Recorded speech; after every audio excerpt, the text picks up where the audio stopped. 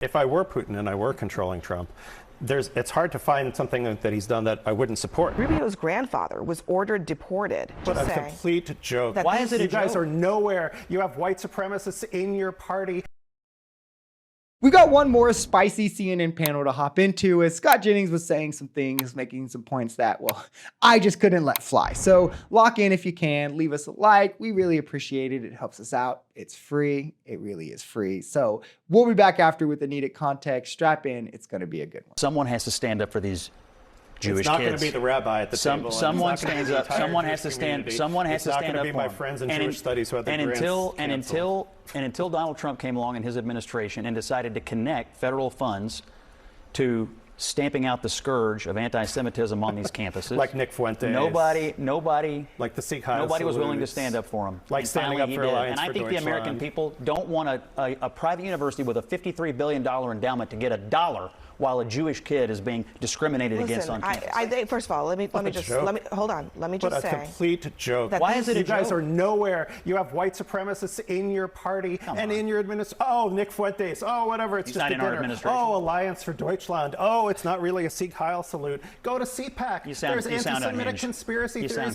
That is spot on. This is the party that hates George Soros literally because he's Jewish. And they cheered on Trump just 8 years ago, pushing the globalist, rich Jews control the country nonsense. They only care about this because Muriel Adelson paid Trump $100 million to care. So then MAGA, of course, does by extension of having to carry Trump's balls wherever he goes. This is the party who is fine with an adjudicated rapist as their president, white supremacists all throughout their party who were fine with Trump meeting with Nick Fuentes, Kanye West, two self-avowed neo-Nazis, with Elon throwing up a Sikh hell and to this day not having denied that's what it was, or telling the far-right Holocaust apologist party in Germany that they need to forget past guilt.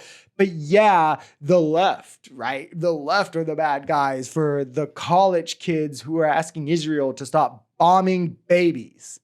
Those are the real anti-Semites. I mean, give me a break. How do people take these clowns serious? I don't get it. I literally could not get it if you painted it for me on a canvas. I don't believe that Putin is controlling Trump in some weird conspiracy way. No. But if I were Putin and I were controlling Trump, it's hard to find something that he's done that I wouldn't support, right? I would want to alienate our allies. I would want to devastate our position as kind of economic dominance. I would want to weaken the U.S. bond market.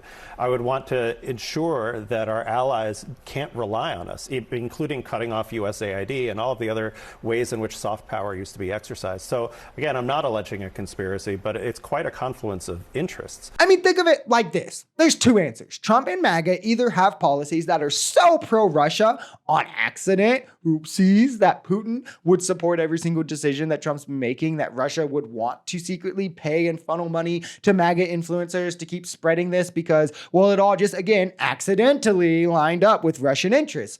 Or MAGA is entirely infiltrated by Russia.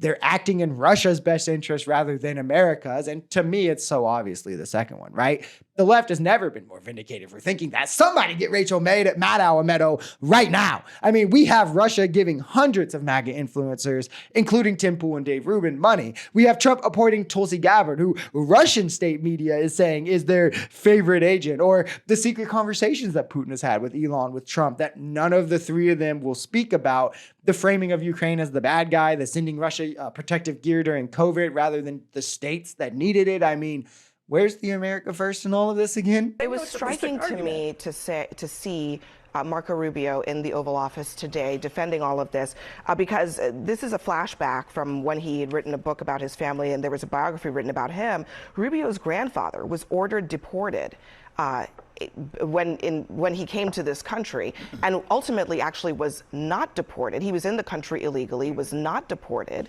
and was retroactively given some form of asylum, which all that is to say, he took advantage of a process that existed for him, just like many of these immigrants do. And this is what all of these sick want to do. They want to take advantage of any ladder to success that they can and then instantly pull it up underneath them from everyone else below them. It's also the barrier for entry that is required for people of color to join really just the conservative ranks, but especially now for MAGA because they're a lot more transactional. They have to be the loudest soldiers pushing for racism, even if they were lucky enough to escape that same racism, or they just have to deny that it exists, because then MAGA can go, look, Trump isn't racist because Marco Rubio's in his cabinet. Oh, you think racism is real? Well, what about insert any black conservative, right? What about him who thinks racism isn't real? Or he's not misogynistic, his chief of staff is a woman. It's all just in hopes to control the optics, because these people realize for those who lack the ability to indulge in critical thinking, which sadly is a lot of people, optics is all that matters. Because if you have a black guy smiling and saying Trump is great, racism isn't real, it doesn't matter that that same black guy is saying, hey, we probably shouldn't celebrate Martin Luther King Day. We probably shouldn't have Black History Month. We probably shouldn't do black studies. We probably shouldn't teach slavery because, it's a black guy doing it. So that's literally the entire kind of scheme here. And it's the easiest thing to see through, which makes it even more outrageous that it's worked.